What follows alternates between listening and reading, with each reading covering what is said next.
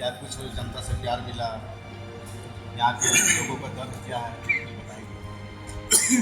संथाल जो लोग कहते थे कि आंदोलन धनबाद बोकारो तक सीमित रहेगा, उनको लगातार हम लोग का परिश्रम, हम लोग का समर्पण और हम लोग का मेहनत लगातार उनको जवाब दे रहा है। कोडरमा गए, हजारीबाग गए, चतरा गए, कोल्हार गए, लातेहार गए, रांची गए, तो फाइनली संथाल परगना की भी धरती में अब हम लोग की जोरदार एंट्री हो चुका है। नाला, सारठ और अब जामताड़ा का नारायणपुर क्षेत्र। प्यार अद्भुत मिला, अप्रतिम प्रेम स्नेह मिला, उसके लिए दिल से आभारी, शुक्रगुजार जनता की, जामताड़ा की जनता का। और जहाँ तक जामताड़ा का जब सवाल आता है, जैसे धनबाद जब जहन में आता है तो एक ही चीज़ आता है, कोल माफिया। ठीक उसी प्रकार जब जामताड़ा आती है तो सबसे चर्चित जो पहलू सामने आती है उसका नाम है साइबर क्राइम। तो बिल्कुल मैं साइबर क्राइम का पक्षधर कभी नहीं हूँ, कभी रहूँगा, लेकिन मेरा मानना है कि जो युवा आज साइबर क्राइम के अपराध की ओर बढ़ रहे हैं, निश्चय उनकी प्रतिभा है, अपनी प्रतिभा को गलत जगह में लगा रहे हैं, अपराध में लगा रहे हैं। तो कहीं ना कहीं सरकार अगर हमारी सोचती है, उनकी जो ऊर्जा स्टेमिना बर्बाद हो रही है, उसे अगर एक बेहतर इंजीनियरिंग क्षेत्र में अगर जामताड़ा को तब्दील किया जाए, यहाँ से बेहतर इंजीनियर तैयार होंगे, वो हैदराबाद, बेंगलोर और विदेशों में जाकर अपनी सेवाएं देंगे, तो मुझे लगता है अपराध पर भी नियंत्रण होगा और उन युवाओं में जो प्रतिभा है, हालांकि वो भले अभी अपराध की ओर लेकर जा रही है, उसका कहीं ना कहीं हम लोग सदुपयोग कर सकते हैं, दुरुपयोग होने से बच सकते हैं। मतलब जामताड़ा को देखने के बाद, समझने के बाद, लगभग 1800 वर्ग किलोमीटर में फैला जामताड़ा जिला का क्षेत्रफल, लगभग 7.5 लाख से 7.25 लाख की आबादी, और यहाँ बेहतर इंजीनियरिंग कॉलेज नहीं, बेहतर पॉलिटेक्निक के कॉलेज नहीं, बेहतर बीएड्स के कॉलेज नहीं, तो कहीं ना कहीं अगर शैक्षणिक संस्थानों का निर्माण यहाँ किया जाता है, निर्मित होते हैं, तो मुझे लगता है जामताड़ा के पास जो अभी ऊर्जा है, उस ऊर्जा को पूरा भारत सलाम करेगा, उस ऊर्जा को झारखंड सलाम करेगा। इसलिए मेरा मानना है जामताड़ा को एक आईटी सेक्टर के रूप में डेवलपमेंट करने का यहाँ की स्थानीय जनप्रतिनिधियों को प्रयास करना चाहिए। दादा, यहाँ के लोग जो हैं वो लगातार स्थानीय विधायक के द्वारा ठगे गए हैं। ये एक बहुमूल्य क्षेत्र है, बहुत बड़ा क्षेत्र है, और यहाँ पर क्या क्या जरूरत आपको देखने को मिला जनता के द्वारा? वाली बात जानकारी एकत्रित की, बाद में जो खटने वाले मजदूर जो बसों में ऊपर पूरी में बैठ कर जाते हैं, छोटी छोटी गाड़ियों में बहुत ओवरलोड होकर जाते हैं, वो जामताड़ा से होते हैं, दिल्ली से होते हैं। जो जामताड़ा की बात हो रही है तो जामताड़ा पे बात करते हैं, यानी रोजगार की समस्या। गोविंदपुर के प्राइवेट अस्पतालों में जामताड़ा के लोगों की काफ़ी भीड़ एकत्रित हो जाती है, तो ये तो स्वास्थ्य की समस्या। चूँकि यहाँ की बहनें भी या तो इधर आपका दुमका से शैक्षणिक संस्थान या फिर धनबाद जाती है, यानी शिक्षा की पुरुषों में भी और महिलाओं में भी जो शैक्षणिक समस्याएं हैं वो दिखी।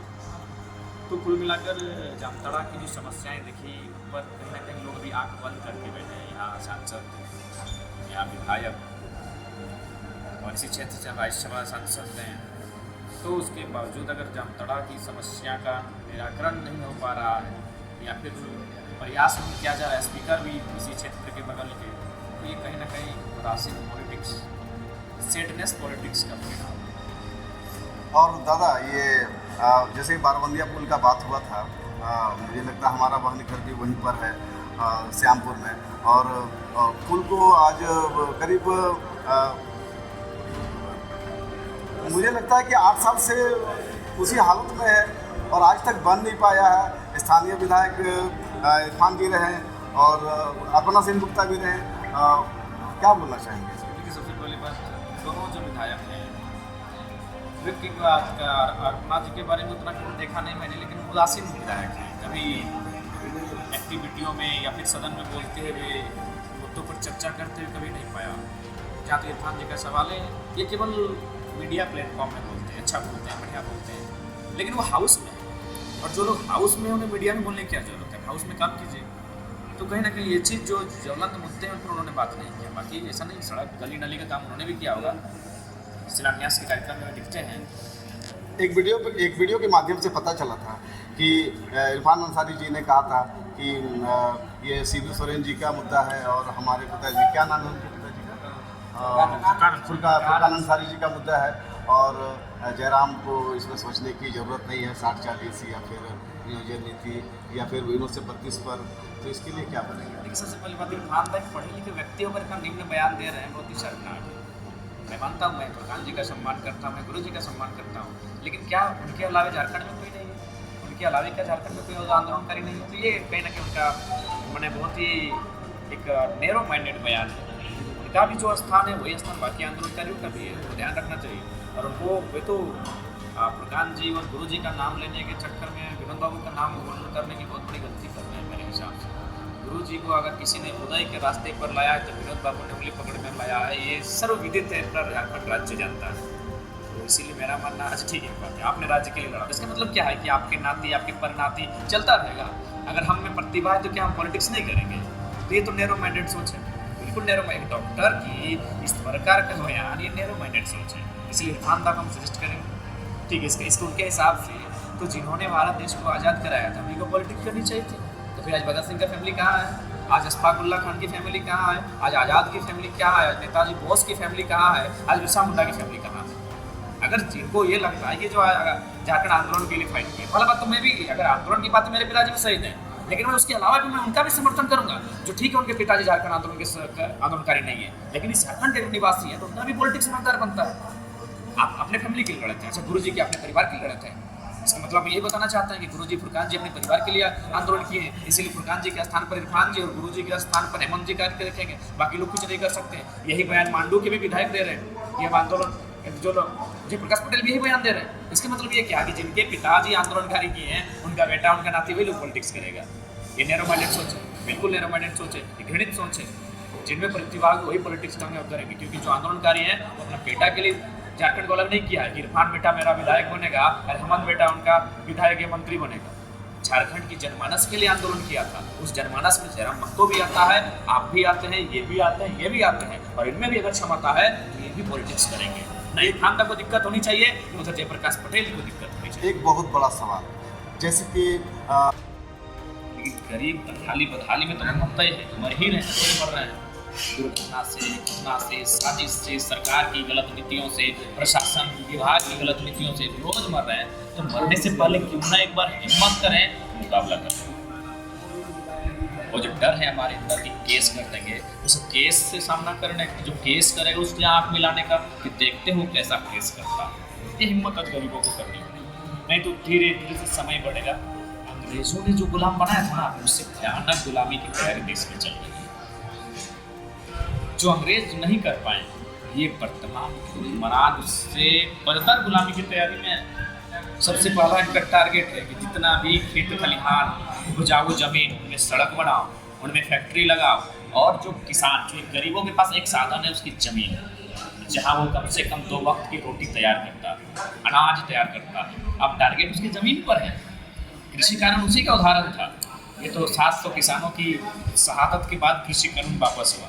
अब उद्योगपतियों की टारगेट, पॉलिटिशियन की टारगेट गरीबों की ज़मीन है। और बिल गेट्स ने बता दिया कि ज़मीन से बड़ा कुछ भी नहीं होता है। उस शख्स ने 1000 वर्ग किलोमीटर में ज़मीन खरीदने का काम किया है, जो जामताड़ा जिला के आधा होगा, धनबाद जिला के आधा होगा। तो गरीब को टकराना होगा, गरीब की हिम्मत करना। आप अगर आते हैं तो यहाँ के गरीबों के लिए सबसे पहले जमीन सुधार करें। विधानसभा के विधायक हैं, आज वो बीमार के हालत में है, कोरोना का टाइम से बीमार के हालत में है। उनके इंद्रजीत महतो, उनके स्वास्थ्य के लेकर लाखों करोड़ों खर्च कर दिया गया, पर आज हमारे राज्य में गरीब स्वास्थ्य को लेके, इलाज को लेके मर रहे हैं। मेरे घर में भी एक ऐसा आदमी है जो पैसे के लिए अपना इलाज नहीं करवा पा रहा है। मैं खुद ये बयान देता हूँ। आप उन गरीबों के लिए क्या बोलना चाहेंगे जो आज बेइलाज मर रहे हैं इस झारखंड में? कि मेरा मानना है आज कहीं ना कहीं स्त्री विधायक के साथ साजिश भी है।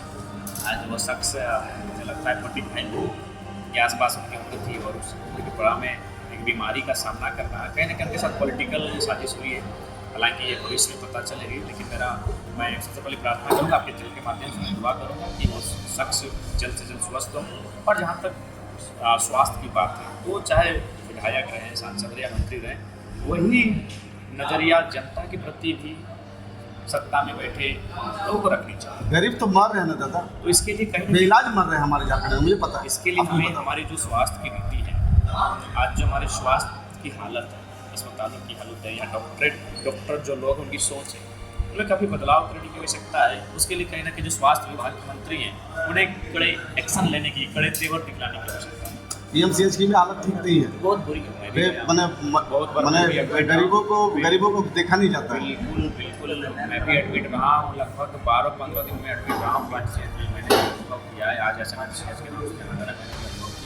झारखंड की गरीब जनता को आप क्या आश्वासन देना चाहेंगे, क्या करेंगे उनके अगर आएंगे तो? गरीब जनता, गरीबी से मुक्ति का जो स्रोत है, उनमें एक शिक्षा। गरीबी से अगर मुक्ति पाना चाहते हैं, यदि आप चाहते हैं कि मेरी वर्तमान पीढ़ी गरीबी की दलदल में है और मेरी आने वाली पीढ़ी गरीबी की दलदल का सामना नहीं करे, तो सबसे पहले आपको आने वाली पीढ़ी को शिक्षित करना होगा, एक बेहतर शिक्षा आपको उन्हें देनी होगी। और उसके बाद आज के डेट में जो सबसे बड़ा हथियार है, नेल्सन मंडेला ने भी कहा था, गरीबी को अगर मिटाएगा कोई, शिक्षा मिटाएगी। और हम भी यही करना चाहेंगे कि शैक्षणिक व्यवस्थाएं ही गरीबी को दूर करेंगी। दूसरी बात, हमारे पास जो वोट की वैल्यू है, उसका महत्व को समझें। आज भी हमारे लोग वोट की वैल्यू की जो इम्पोर्टेंस है नहीं समझ पाए लोग। वोट की वैल्यू का मतलब है कि चुनाव के ठीक 2-3 दिन पहले रात को किसी होटल में बियर, मुर्गा, शराब, कुछ नगद पैसे, मौज मस्तियाँ, ये समझ के रखते हैं। जिससे वो अपनी वोट की वैल्यू को एक गरीब आदमी समझेगा, डेवलपमेंट। उसके बाद गरीबों में थोड़ी हिम्मत भी बनी। कहते हैं ना कि अमीरों को जरूरत नहीं है, नहीं अमीरों को, हाँ, मिडिल क्लास को फुर्सत नहीं है, अमीरों को ज़रूरत नहीं है, और गरीबों की हिम्मत है। तो हिम्मत करना वो बहुत डरा सा हमारा रहता है। उसे टकराना होगा, सत्ता से टकराना होगा, विभाग से टकराना होगा, अपनी आवाज़ को बुलंद करना होगा। जो लोग उनकी आवाज़ उठाते हैं उससे समर्थन करना। आपने कहा कि दूसरा, जो यहाँ की शैक्षणिक व्यवस्था है उसमें सुधार करेंगे। जो सिलेबस हैं, जो भी शैक्षणिक प्रक्रियाएं हैं, उनमें सुधार करेंगे। स्वास्थ्य की चर्चा परिचर्चा होगी, उस पर लेकर एक्शन लिया जाएगा। जो हमारे छोटे छोटे उद्योग हैं, जो गांधी भी उद्योग, कुटीर उद्योग का समर्थक थे, छोटे छोटे उद्योग, लघु उद्योग, वन उद्योग, कुटीर उद्योग, इनसे रोजगार का सृजन होगा। और जब रोजगार का सृजन होगा तो युवाओं की हताशा कम होगी, युवाओं के जेब में जब आर्थिक उन्नति होगी तो युवाओं का ध्यान भटकेगा। सब चीज़ों पर आपने अभी शिक्षा की बात की थी, तो आप दिल्ली भी गए थे, और पता चलता है कि दिल्ली में इतना सुंदर शिक्षा का सुविधा है कि प्राइवेट स्कूल छोड़ कर लोग वहाँ शिक्षा मतलब प्राप्त करने के लिए अपने बच्चों को भेजते हैं। क्या कर पाएंगे आप ऐसा? दिल्ली जी बिल्कुल हो सकता है, क्यों हो सकता है, बात बताइए। दिल्ली में जो है वो भी एक इंसान है, बस नेता की नीयत अगर साफ होगी तो नीति बनेगी। नमस्कार, आदाब।